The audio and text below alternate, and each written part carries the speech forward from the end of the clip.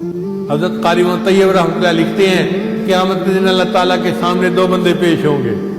اللہ ایک کو فرمائیں گے او میرے بندے تو دنیا میں میرے حکموں کے ماننے میں بہت سستی کرتا تھا، غفلت کرتا تھا، چل جا جہنم میں.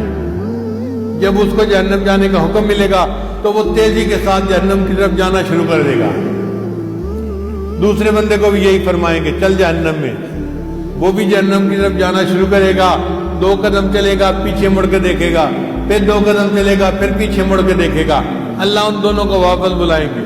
پہلے سے پوچھیں گے کہ بھائی جب میں نے تمہیں کہا جاؤ جہنم میں تو تم نے تو دوڑی لگا دی.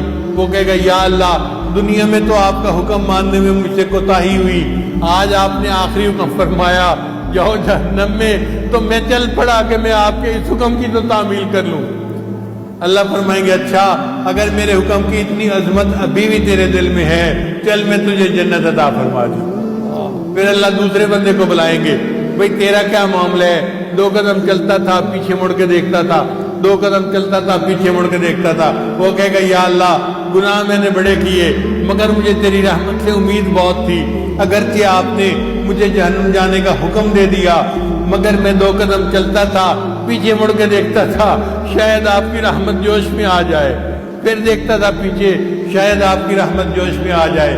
اللہ فرمائیں گے اگر تجھے میری رحمت پر اتنا ہی بھروسہ ہے چل تجھے بھی میں نے جنت عطا فرما